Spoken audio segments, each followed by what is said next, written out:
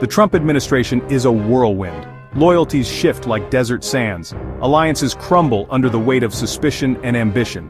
Now, National Security Advisor Mike Waltz finds himself caught in the tempest, facing imminent removal from his post.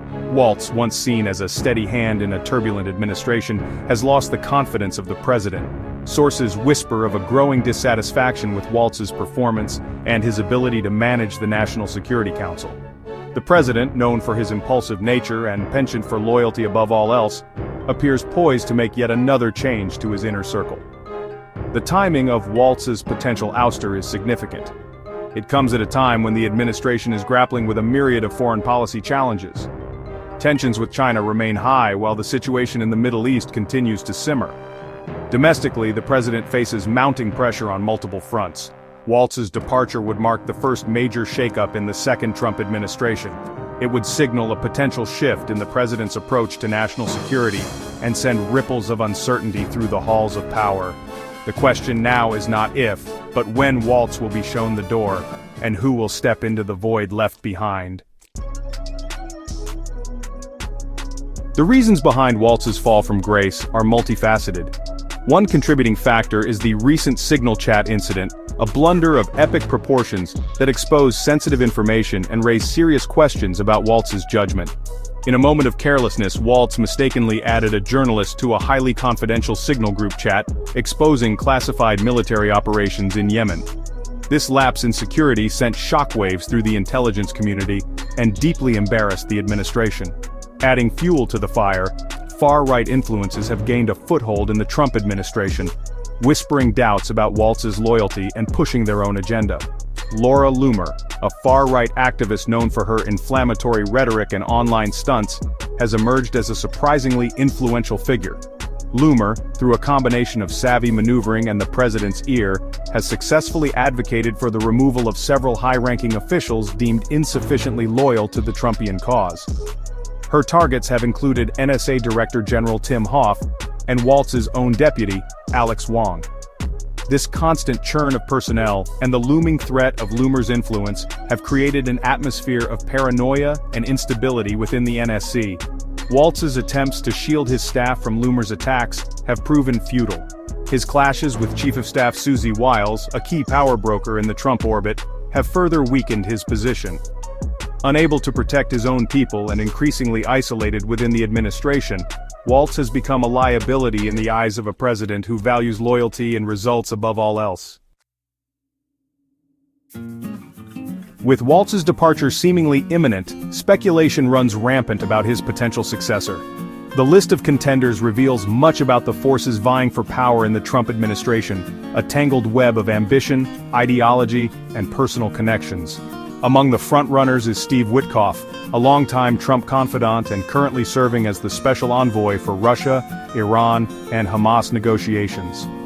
Witkoff's deep personal relationship with the president and his experience in high-stakes diplomacy make him a formidable candidate.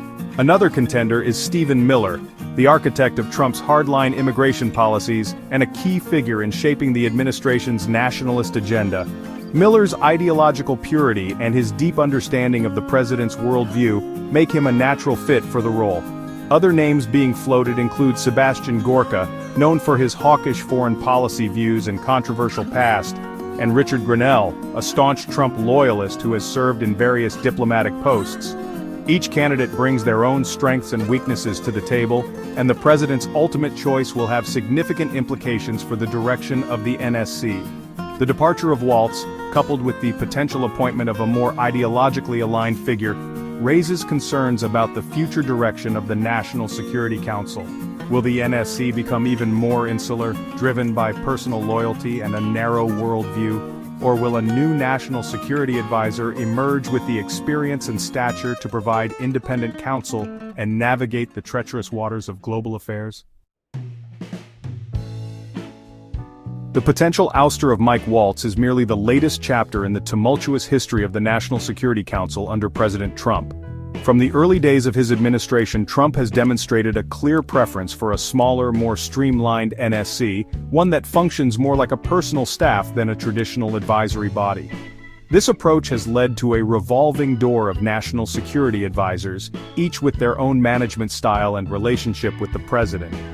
Michael Flynn, Trump's first national security advisor, was forced to resign after just 22 days in office due to his controversial contacts with Russian officials. He was succeeded by H.R. McMaster, a respected general who clashed with the president over his more traditional approach to national security.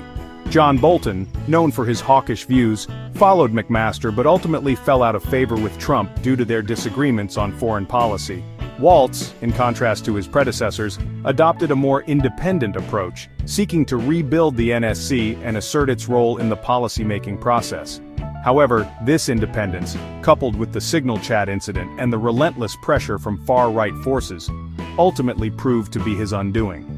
The constant turnover and lack of continuity at the top have had a detrimental effect on the NSC's ability to function effectively.